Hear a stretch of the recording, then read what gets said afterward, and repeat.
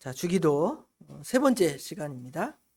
오늘 주기도 세 번째 시간에는 이름이 거룩히 여김을 받으시오며 9절 하반절에 보면 하늘에 계신 우리 아버지여 이렇게 외친 다음에 이름이 거룩히 여김을 받으시오며 이런 기도를 오늘 같이 상고하도록 하겠습니다.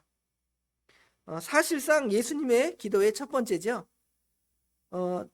우리가 어제까지 다루었던 하늘에 계신 우리 아버지여는 하나님을 부르는 거예요. 하나님 아버지 부른 겁니다. 부른 다음에 이제 기도를 시작하는 것이죠. 그 첫 번째 기도는 뭐냐면 이름이 거룩히 여김을 받게 해달라는 것이죠. 누구의 이름이냐면 내 이름이 세상에서 널리 알려지기를 원합니다. 그 말이 아니라 당신의 이름이, 아버지의 이름이, 우리 하나님의 이름이 거룩히 여김을 받게 해달라는 기도입니다. 결국 이 기도는 이 모든 기도의 시작점, 모든 기도의 시작점이 하나님의 이름에 있고 기도의 끝은 어떻게 되죠? 우리 주기도의 끝에 나라와 권세와 영광이 아버지께 영원히 싸움나이다. 하나님께 영광 돌리는 것으로 기도를 시작해서 하나님께 영광 돌리는 것으로 기도가 끝나는 거예요. 우리의 기도는 어때요? 나 이거 들어주세요. 저거 들어주세요. 왜 내가 요 모양 요 꼴입니까? 내 이런 문제가 있습니다. 이렇게 기도를 하지만 우리 예수님의 기도는 처음부터 하늘에 계신 우리 아버지여 당신의 이름이 거룩하게 되기를 원하고 나라와 권세와 영광이 아버지께 당신께 있습니다. 우리는 당신이라는 말을 되게 어색하게 쓰지만 왜냐하면 당신 그러면 싸우자는 얘기잖아요. 그런데 영어나 헬라어 원어에는 당신이라고 표현되어 있어요. 당신이라는 거 하나님을 당신이라고 하는데 우리 언어상의 그 뉘앙스와는 다르기 때문에 다 그를 주님 이렇게 이름을 바꿨어요. 주님의 이름.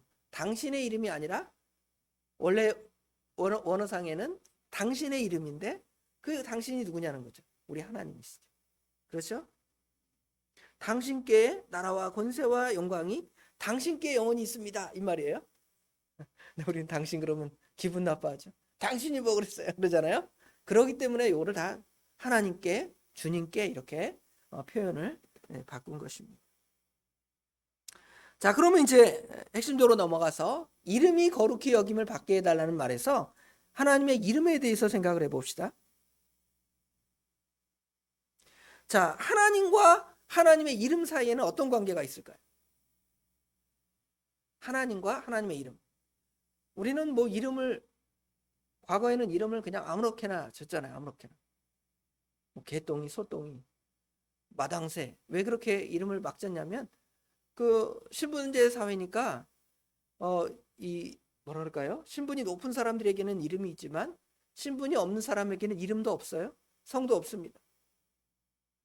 우리 조선시대 물론 이제 요새는 다 본적이 있고 여러분 다 본 적 있잖아요. 어디 씨, 어디 김씨, 어디 막씨 그러잖아요. 이런 것들이 온전히 만들어진 것은 거의 구한말이라 그래요. 갑오경쟁 이후에 1894년인데요. 그때 이후에 모든 사람에게 그게 주어진 것이지 보통의 서민들은 이름이 없어요. 성이 없습니다. 그냥 아무개 이름 부르는 거예요. 개똥이 소똥이 막 부르는 이유가 신분제 사회가 그렇기 때문에 그렇게 부를 수밖에 없어요. 그렇죠? 또 옛날에는 그 이름을 부를 때에 그 이름을 부르면 그 사람이 그 신분이 높잖아요. 아까 말한 대로 이름이 없는 사람들은 신분이 낮은 천민들은 이름이 없으니까 신분이 낮다고 생각을 합니다. 그래서 이름을 귀하게 지으면 미신적인 개념으로 어떤 개념들이 있냐면 이름이 귀하니까 귀신이 잡아간다는 거예요. 그렇죠? 그러니까 어릴 때 이름을 그냥 막 짓는 거예요. 원래 이름이 있는데 원래 이름대로 호적이나 족보에 오를 이름이 아니라 이름을 막 불러서 그 자녀들의 목숨을 빼앗아가지 않도록. 사실은 자녀들의 목숨을 빼앗아간 것은 그런 이름을 그렇게 졌다고 해서 빼앗아간 것이 아니라 당시 그 의료제도가 발달하지 않으니까 사람의 수명이 짧잖아요. 그것이 뭐 우리나라도 60년대 70년대 우리 권사님들 젊은 나이 때 다 마찬가지. 저도 저희 시대는 좀 덜 그랬지만 호적이나 이런 거 올릴 때 이름을 아무렇게나 막 이름 짓든지 아니면 그 막 늦게 올리잖아요. 호적을. 왜냐하면 한 1년 지나봐야 이 사람이 진짜 산 사람인지, 아니 일찍 죽어버리면 그 호적 올렸다가 이름 사망 쓰기 힘드니까 호적이 온전히 사람이 된 것 같이 느껴질 때, 그때서야 뭘 쓰는 거예요? 사람의 이름을 쓰죠. 그렇죠?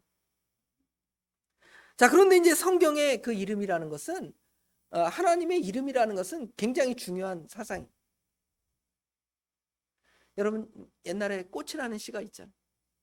당신의 이름을 불러주었을 때 당신은 뭐가 됐다 그래요? 꽃이 되었습니다 그러잖아요. 이름을 불러주었을 때 그 사람의 값어치나 뜻이 나타납니다. 예전에 우리 어머님들 이름 부를 때 뭐 아무개 엄마, 그렇죠? 아무개 엄마, 누구 엄마 그러든지, 그렇죠? 뭐 아니면 우리 집사람, 저도 우리 집사람 이름 잘 안 부르, 우리 집사람이 어쩌고 저쩌고 그러잖아요. 그렇죠? 그 엄마의 이름은 별로 그렇게 이름이 드러나지 않습니다. 그러나 그 어머니의 역할은 사실은 이름이 귀한 거잖아요. 어머니들이 자기 이름 불러주기를 되게 좋아해요. 그렇죠? 아이들도 그냥 우리 쟤 그렇게 부르면 아이들이 어때요? 싫어하잖아요. 내 이름 있는데 내 이름 불러주지 왜 나를 갖다가 걔라 그러고 쟤라 그러고 그렇게 부릅니까? 기분 나쁘죠? 쟤, 뭐 아니면 저 아이 뭐 정도 수준으로 얘기하잖아요. 그러지 않죠? 아무개야 그 이름 불러주면 그 아이가 아무도 싫어하는 사람 없어. 자기 이름 불러주면 그 사람을 어떻게 생각하는 거예요? 그 사람을 존귀 여긴다는 생각이 다 사람의 그 마음 가운데, 심리 가운데 있어. 그렇다면 과연 하나님의 이름은 어떻겠냐? 하나님의 이름을 그냥 세상에 있는 무슨 잡신들처럼 똑같은 신으로 이름을 부르고 그런 신의 취급을 받게 한다면 하나님이 기뻐하시겠냐? 세상에 얼마나 신들이 많아요. 부엌신, 화장실신, 무슨 할매신, 귀신들, 달걀 귀신 뭐 많잖아요. 우리 하나님의 이름을 그렇게 부릅니까? 그러지 않죠.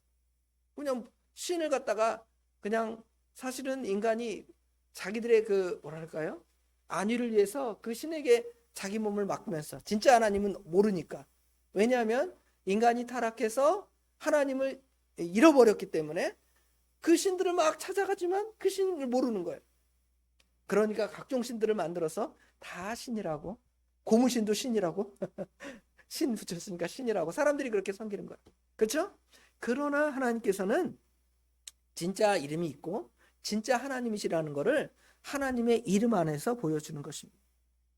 그래서 성경에는 소위 성경의 이름 신앙, 그래서 하나님을 사랑하는 것은 하나님의 이름을 사랑하는 것이고, 하나님을 섬기는 것은 하나님의 이름을 봉사하는 것. 하나님을 모욕하는 것은 누구를 모욕하는 것? 하나님의 이름을 모욕하는 것. 우리 다윗 왕의 이야기를 알죠. 다윗 왕이 그 골리앗과의 전쟁을 할 때 블레셋 사람 골리앗이 나와서 너희 신들 너네 나와봐, 나랑 붙어보자, 니네 신이 얼마나 약하면 나 같은 이 장군 하나 못 이길 거야 하면서 누구의 이름을 모욕해요? 우리 하나님의 이름을 모욕하잖아요. 다윗이 열받았어. 그렇죠? 나를 모욕하는 거 좋고 뭐 우리 누구를 모욕하는 건 좋은데 누구를 모욕하는 거예요? 우리 하나님을 모욕하니 내가 약하지만 저자와 싸우지 않을 수 없다는 거예요. 자기의 무슨 혹이나 나는 이런 사람이야 이렇게 해서 전쟁에 나가는 게 아니에요. 내가 저 골리앗과 싸워서 어찌어찌 이기면 내 이름이 높아지고 내 명성이 높아지겠지, 그게 아니라 누구의 이름이 자꾸 낮아지고 있으니까 하나님의 이름이 자꾸 낮아지고, 야 너네 하나님은 어떤 하나님인데 너희들 이렇게 다 비실비실하게 만든 거야. 그렇죠? 그렇게 욕을 하는 거예요. 마치 옛날에 우리 어릴 때 부모를 욕하는 사람들이 있죠. 엄마를 욕하고 아빠를 욕하면 다른 건 다 참아도 어떻게 하는 거예요? 네가 우리 아버지를 욕하느냐? 내가 우리 어머니를 욕하느냐? 하고 우리가 싸우잖아요. 그렇죠? 그런데 우리는 누구의 자녀냐면 하나님의 자녀고, 하나님의 이름이 욕먹으면 우리가 분개하고 분노하지 않을 수가 없다는 것입니다. 그래서 우리는 그 하나님의 그 이름에 대한 우리의 태도를 바로 알아요. 그래서 구약 성경의 이스라엘 백성들은 하나님의 이름을 얼마나 존경히 여겼는지 모르겠어요. 하나님의 이름을 부르지 않아요. 아버지 이름을 부르지 않은 것처럼 하나님의 이름을 부르지 않고 그냥 하나님이라는 이름이 원래 정확한 발음을 모른대요. 그냥 우리는 여호와 하나님, 또는 이것이 비슷하게 여호와라기보다는 야훼 하나님이 더 가깝다 이러지만 나중에 하나님께 물어봐요. 하나님 진짜 이름이 뭡니까? 그와 비슷하겠지만 하나님의 이름을 함부로 부르지 않고 이름을 정확히 알 수 없는 이유는 뭐냐면 유대인들이 그 하나님의 이름을 가르쳐 주었지만 하나님의 이름을 누구에게 가르쳤냐면 모세에게 가르쳤어요. 모세. 나는 내 이름은 여호와다 가르쳐 줬잖아요. 근데 그 발음을 정확히 모른다는 거예요. 다 철자는 알아요. 철자는 아는데 그 모음이 정확하게 어떻게 돼서 야훼인지 여호와인지 정확한 발음을 모른다는 거예요. 그렇죠? 그건 뭐냐면 그 하나님의 이름을 함부로 부르지 않고 하나님의 이름을 성경책에 기록할 때 이들은 구약 성경을 그 필사를 하거든요. 지금이야 뭐 인쇄 재본술이 발달해서 수도 없이 성경을 눈 짝깍하면 성경책 전부를 그대로 옮겨갈 수가 있어. 스마트폰에 칩 하나 넣고 USB 하나 끼고 성경 하나 옮겨줘 그러면 성경 하나 다 주는 프로그램 하나 다운받으면 성경 볼 수가 있죠. 옛날에는 그런 것들이 없으니까 성경책을 창세기부터 말라기까지겠죠. 구약시대니까 거기까지 성경을 필사하는 거예요. 그대로 베껴 쓰는 것입니다. 그렇죠? 그때 이제 만약에 이름을 하나님의 이름이 성경을 쓰다가 하나님의 이름이 나오면 잠시 쉬는 거예요. 자기 몸을 정결케 하고 와서 다시 하나님의 이름을 써요. 하나님의 이름이 계속 나오면 계속 씻고 계속 써야 돼. 얼마나 불편하겠어요. 그렇죠? 그렇게 하나님의 이름을 존귀하게 생각을 했습니다. 그래서 그 이름을 부르지 않고 그 이름 대신에 하나님의 이름을 아도나이, 그래서 아도나이라는 말은 히브리어로 주님이라는 뜻이거든요. 주님. 그래서 영어 성경에 보면 야훼, 제호바라는 단어를 쓰지 않고 다 영어로 롤드라는 단어를 써요. 롤드. 롤드라는 말은 주인이라는 뜻이잖아요. 주님. 그렇게 쓴 이유는 하나님의 이름이 너무 존귀하기 때문에 그 이름을 그냥 주님 이렇게 대체해서 사용하는 것을 볼 수가 있습니다. 우리도 뭐 예를 들어 어떤 존귀한 사람이 있으면 그 사람의 직분이나 이런 걸 부르지 그 사람 이름 함부로 부르지 않죠. 옛날 조선시대에 왕의 이름이 있으면 그 왕의 이름자로 다른 사람의 이름을 쓸 수가 없고 함부로 이름을 부르지 않는 것처럼 하나님의 이름이 그렇게 존귀함을 볼 수가 있습니다. 하나님의 이름에는 여러 그 특징이 있는데요. 하나님의 이름에는 하나님의 존재와 하나님의 본질이 드러나 있습니다. 여호와 하나님, 야훼 하나님이라는 말은 원래 그냥 히브리어 동사로 비동사예요. 있다, 존재한다, 스스로 존재한다 이런 뜻을 가지고 있는 것이 하나님의 이름입니다. 세상에는 스스로 존재하는 존재가 없죠. 다 피조물이니까 누가 만들어 있는 거예요. 그렇죠? 그런데 하나님의 이름, 당신 이름이 무엇입니까? 나는 스스로 있는 자야. 스스로 존재하는 자야. 그 이름이 뭐예요? 여호와, 야훼 하나님이라는 뜻입니다. 그리고 그 스스로 존재하시는 하나님께서는 언약대로 그 모든 것을 이루어 가신 하나님이다. 그런 뜻의 여호와라는 이름이 있습니다. 그런데 아까 말한 대로 그 하나님의 이름을 이제 보통의 일반 단어인 신이라는 단어로 이제 히브리어로는 엘이라는 단어를 쓰고요. 복수형인 엘로힘이라는 단어를 썼어요. 그리고 이제 그 야훼나 엘로힘이라는 단어보다 보통 하나님의 이름을 그냥 주님, 아도나이 이런 식으로 불렀는데 이 주님이라는 이름은 굉장히 하나님과 우리가 밀접한 관계가 있어요. 그 전에 여호와 하나님이라는 그 이름은 너무도 이름이 높은 이름이에요. 가히 우리 인간이 부를 수 없는 이름이니까 그 하나님이 우리 인간과 가히 범접할 수 없는 존재. 우리가 저 땅에 다니는 개미와 비교할 수 있어요? 없잖아요. 그것만큼 개미도 피조물이고 우리도 피조물이잖아요. 근데 그렇죠? 그런데 우리 하나님은 창조주 하나님이시고 우리는 그 하나님 앞에 피조물이니까 가히 비교할 수 없는 하나님의 이름을 여호와나 엘로힘으로 그저 불렀는데 그 하나님이 우리와 관계된 하나님으로 부를 때 아도나이, 주님 그런 거예요. 주님이라는 것은 주인이고 우리는 그 주님 앞에 종입니다. 관계가 있는 거죠. 관계를 맺게 된 그 하나님의 이름을 이제 다른 하나님의 이름으로 주님 그렇게 우리가 부르고 있습니다. 이 여호와라는 이름 앞에 다양한 것을 우리가 붙이기도 해요. 예를 들어 여호와 이레, 여호와께서 준비하신다. 여호와 샬롬, 평강의 하나님, 그렇죠? 여호와 라파, 치유하시는 하나님. 여호와 니시, 여호와는 나의 깃발이시다. 여러 가지 그 성경에 하나님의 이름을 표시하는, 하나님의 특징을 표시하는 이 히브리어 표현들이 있는데, 이런 표현들은 그 성경에 나타난 어떤 사건이나 또 어떤 그 믿음의 사람들과의 관계 안에서 이 신앙을 고백할 때 표현된 표현이지, 진짜 이름의 기본적인 이름은 여호와 하나님, 야훼 하나님, 그리고 그 하나님은 우리의 주인이십니다. 이렇게 우리가 고백을 하는 겁니다. 그래서 우리는 그 이름을 가지고 우리 하나님을 섬기고 우리 하나님과 교통하고 교제하는 관계임을 설명할 수가 있습니다. 그런데 이제 이름 신앙 안에 또 어떤 특징들이 있냐면, 아까 말한 대로 하나님은 영원하신 하나님, 우리와 거의 비교할 수 없는 그 하나님이신데, 그 하나님의 가장 기본적인 특징은 불변하시는 하나님이십니다. 모든 존재들은 다 변해요. 어떤 존재가 변하지 않는 존재가 있습니까? 심지어 이런 뭐랄까요? 피조물 가운데서도 생명력이 없는 존재들도 변하잖아요. 이 강대상을 우리가 닦고 관심을 가지니까 이렇게 되지, 이거를 관심 갖지 않고 그냥 어디 창고에다 폐허로 그냥 딱 놔두면 어떻게 돼요? 곰팡이 쓸고 다 썩어서 이게 다 갉아먹고 없어지게 되죠. 변해요. 피조물 가운데서 이런 뭐랄까요? 생명력이 없는 것도 마찬가지로 변하는데, 생명력 있는 인간은 어떻습니까? 계속 10대예요. 얼마나 계속 10대면 얼마나 나이가 자꾸 먹으면 사람이 변하잖아요. 젊을 때 아주 혈기 있고 건강하고 마음대로 막 달려갈 수 있고 이런 나이가 아니라, 나이가 들면 연약해지고 부족해. 다 인간은 변하지. 사람은 그렇게 변하지만 우리 하나님은 불변하시는 하나님이십니다.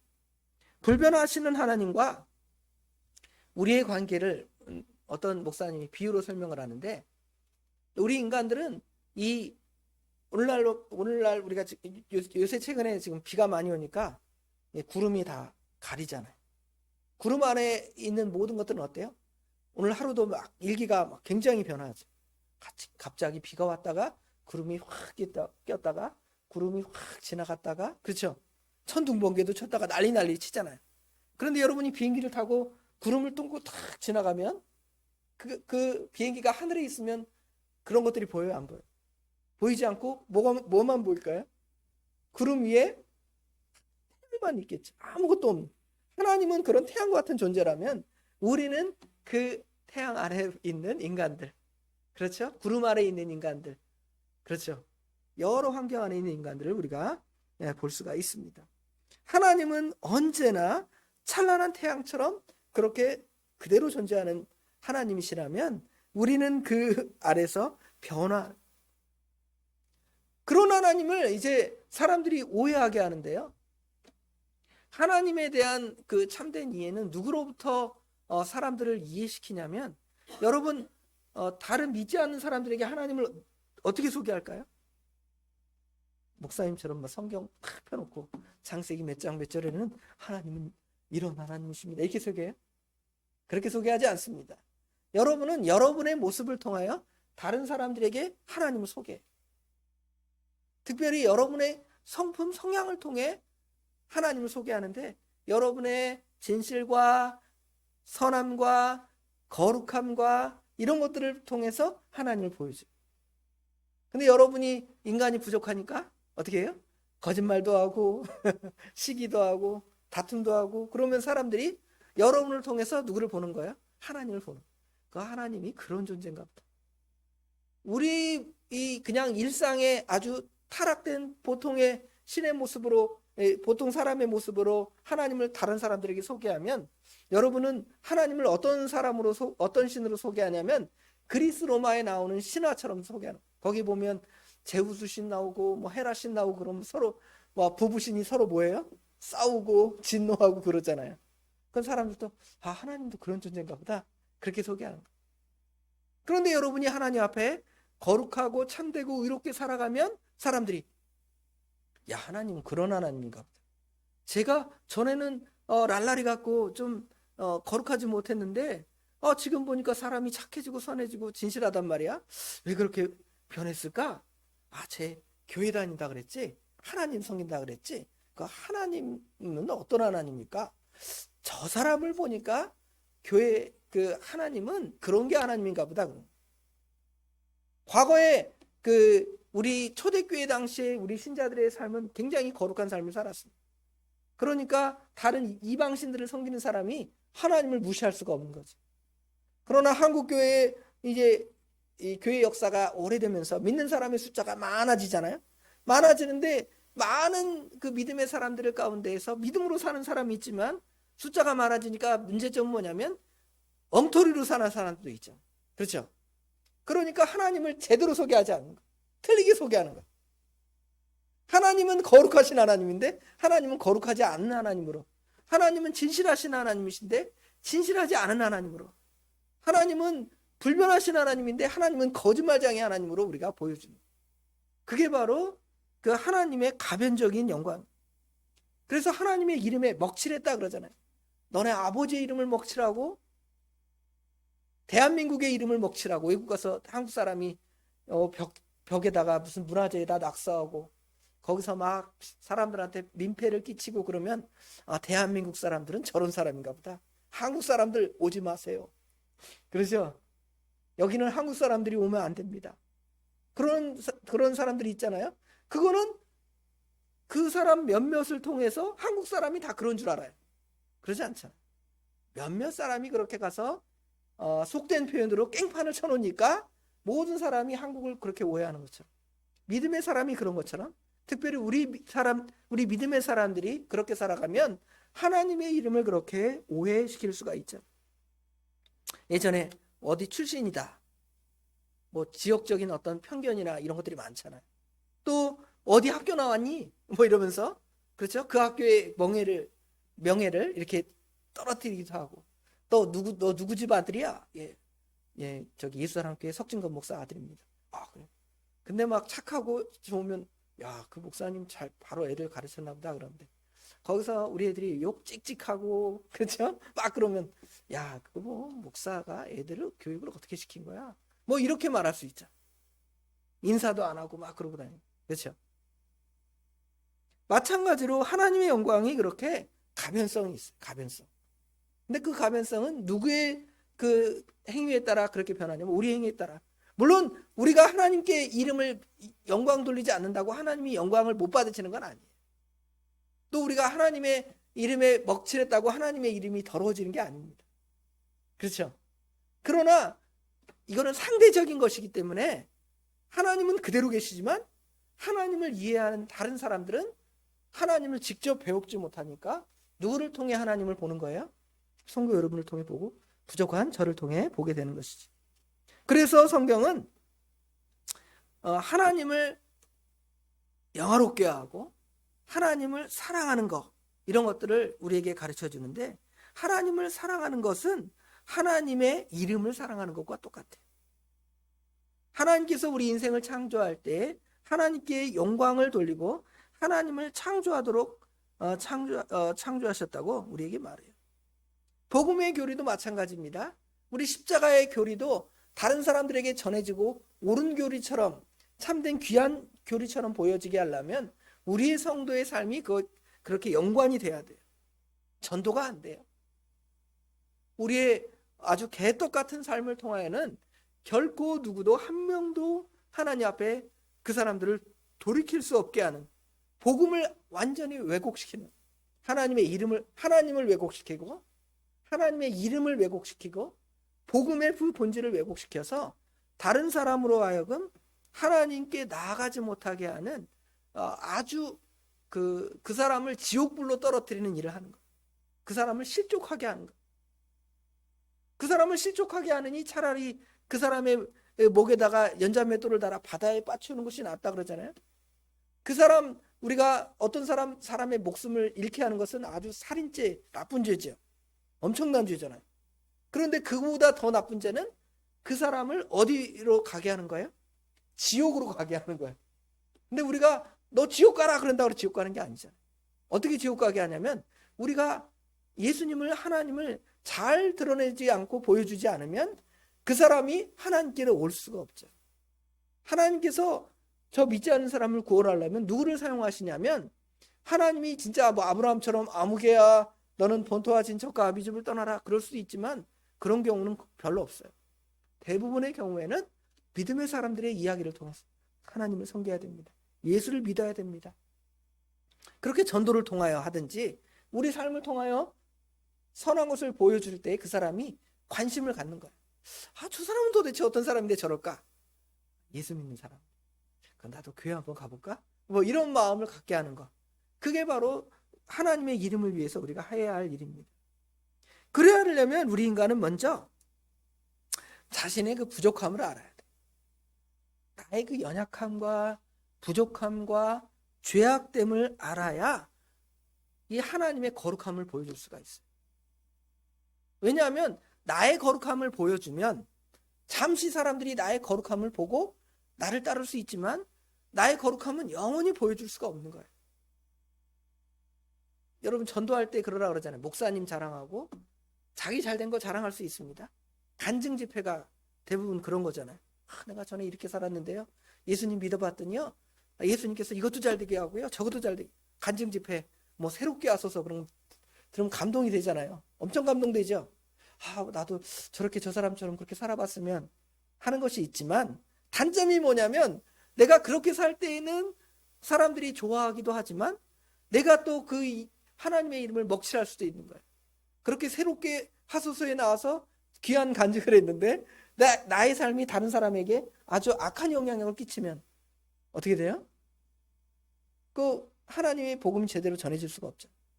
그러니까 우리가 복음을 전할 때 혹시 그 사람들을 교회에 끌어오기 위해까지는 그런 간증도 하고 또 교회 이야기도 하고 우리 성도의 친목 관계를 이야기도 하기도 하지만 그 사람이 교회 와서 하나님 말씀 들을 때에는 뭐만 전하면 돼요?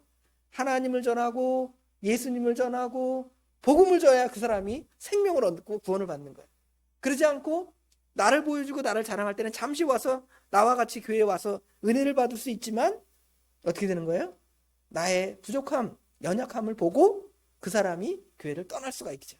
그러니까 우리가 늘 조심하는 것은 우리의 그 부족함과 연약함을 알아야 다른 사람 앞에 나를 드러내지 않는 거예요. 우리 예수 믿는 사람은 누구를 자랑해야 되냐면 예수님을 자랑해야 되거든요. 예수님은 좋은 분입니다. 예수님이 이렇게 좋으니까 우리가 교회 와야 돼 이래야 되는데 나는 예수 믿고 이렇게 돼서 나를 보고 교회 오세요 이러면 나를 보고 실망하죠. 그 예수님을 자랑하는 것, 예수님을 진짜 자랑하려면 나의 부족함을 봐야 예수님만을 자랑할 수 있어요. 내가 조금 잘났다고 생각하면 누구를 자랑해요? 나를 자랑. 예전에 우리 권사님들 나와서 우리 손녀 서울대 갔어요. 우리 남편 좋은 직장 취직했습니다. 이런 거 자랑할 수 있잖아요. 그러면 이분이 믿음 쓰니까 잘 됐구나. 그럴 수도 있지만 다른 것을 보고 실망해서 교회를 떠날 수도 있죠. 예수님만을 자랑하세요.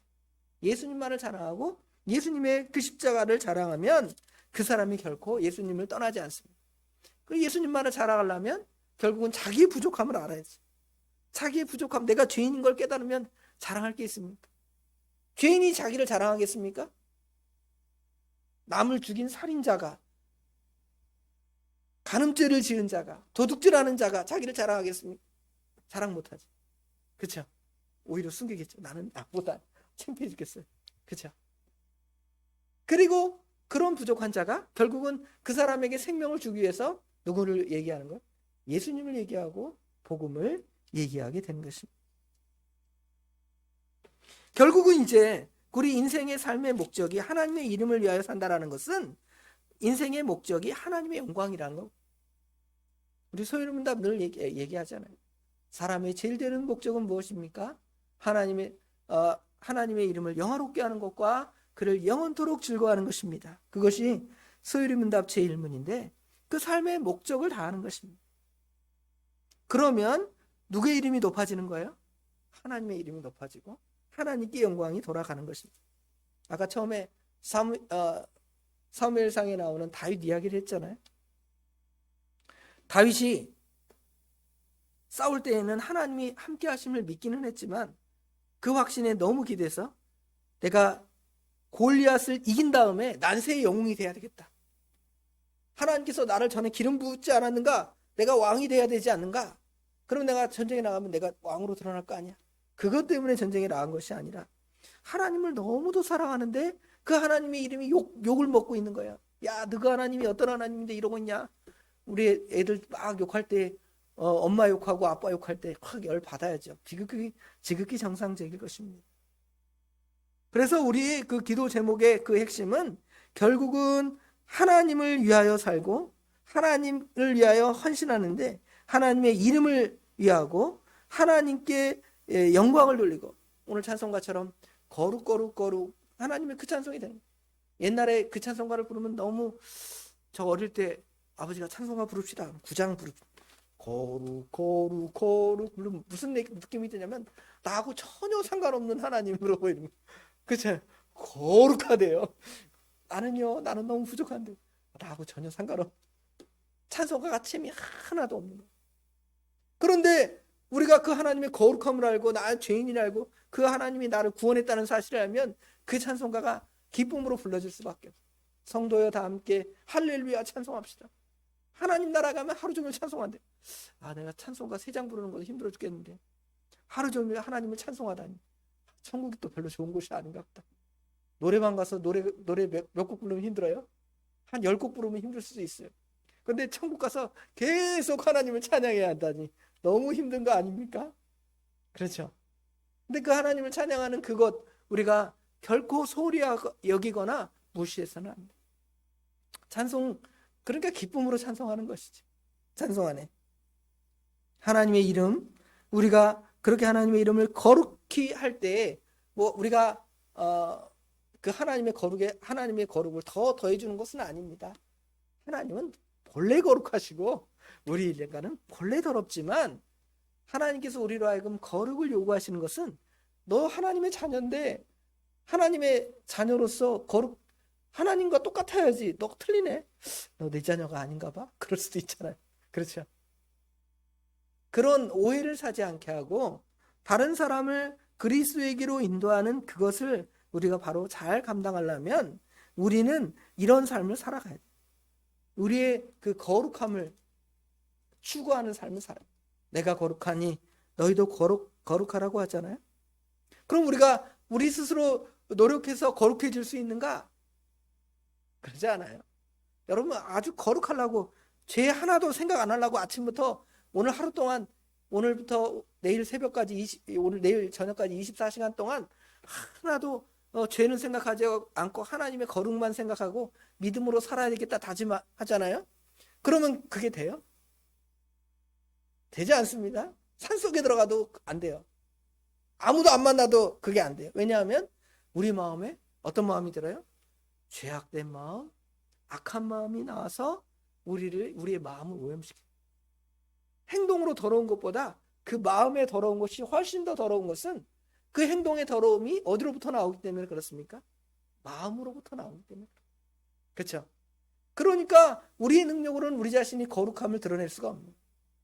결국은 예수님을 붙잡고 말씀을 붙잡고 하나님을 의지하는 하나님을 전적으로 의지하는 삶을 살아가야 우리는 하나님의 거룩함을 보여줄 수 있는.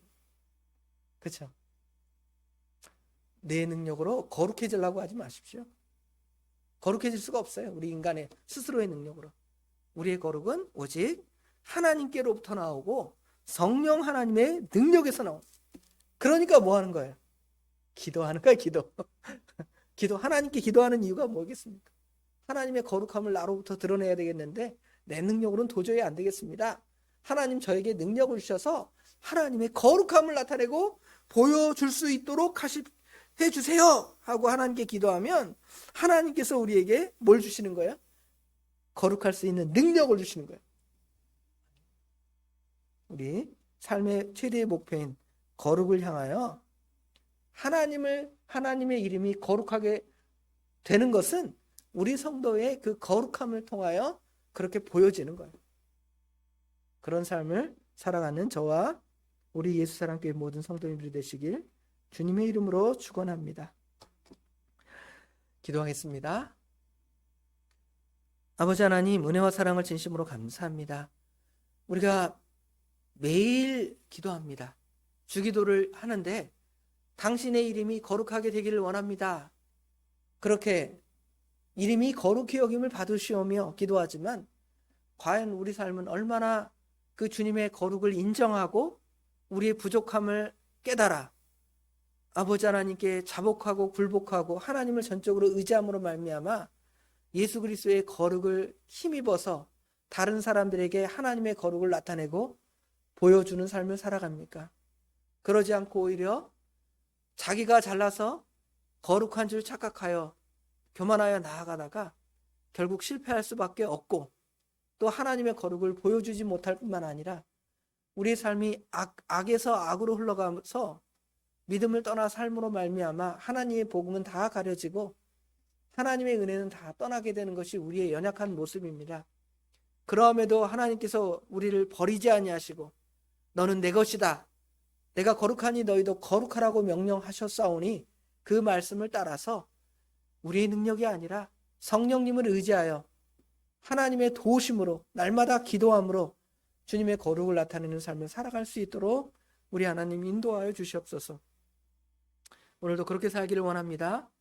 또 남은 3일도 그렇게 살아갈 수 있도록 우리 하나님 인도하여 주시옵소서. 모든 것 주님께 맡깁니다. 우리 주님께서 복되게 인도하여 줄 줄 믿사오며 예수님의 이름으로 간절히 기도드리옵나이다. 아멘.